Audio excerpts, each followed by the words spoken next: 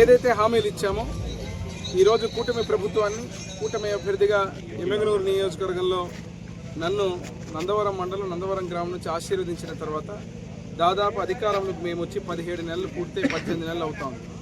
రాబోయే కొత్త సంవత్సరానికి 2 రోజుల్లో అడుగు పెట్టబోతుంది.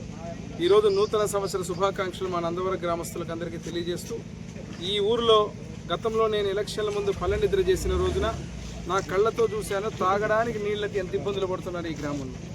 దానికి తాత్కాలిక పరిష్కారం కావాలంటే ఇక్కడ ఉన్నటువంటి ఏదైతే ఉందో దీనికి సంబంధించి ఎన్టీఆర్ సుజల కింద ఇక్కడ ఫిల్టర్ నీళ్లు తాపుతామని చెప్పి ఆ రోజు ఇదే గుడిలో కూర్చొని మాటిచ్చాం.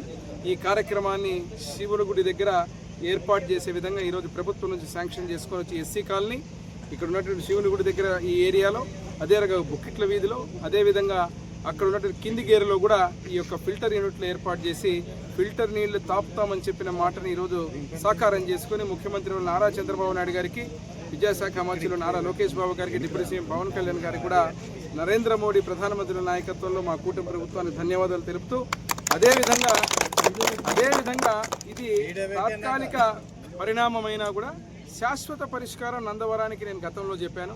ప్రతి ఇంటికి పైప్ లైన్తో పాటు ఫిల్టర్ నీళ్ళు ఇంటికి రావాలంటే మాకున్నటువంటి ఏకైక సోర్స్ తిమ్మారెడ్డి కుంట తప్ప స్టోరేజ్ ఇంకొకటి లేదు.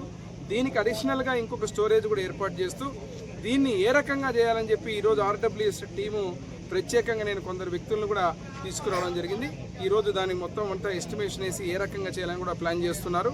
త్వరలోనే దీనికి కూడా పరిష్కారం చూపుతూ రానున్న ముఖ్యమంత్రి వర్యులు చెప్పినటువంటి సస్టైనబుల్ సోర్స్ నుంచి గాజులు తినే ప్రాజెక్టు నుంచి ప్రతి ఇంటికి నీళ్లు తెచ్చే లోపు, మళ్ళీ ఆ ప్రాజెక్టు పనులు పూర్తయ్యే లోపు ఇక్కడ కూడా ఆ కార్యక్రమాన్ని ఏ రకంగా తాగడానికి నీళ్ళకి ఇబ్బంది కలగకుండా, ఫ్లోరైడ్ నీళ్లు లేకుండా ఫిల్టర్ నీళ్లు నందవరానికి ఇవ్వాలనే ఆలోచనతో దశల వారీగా ఈ కార్యక్రమాలన్నీ చేస్తున్నాం.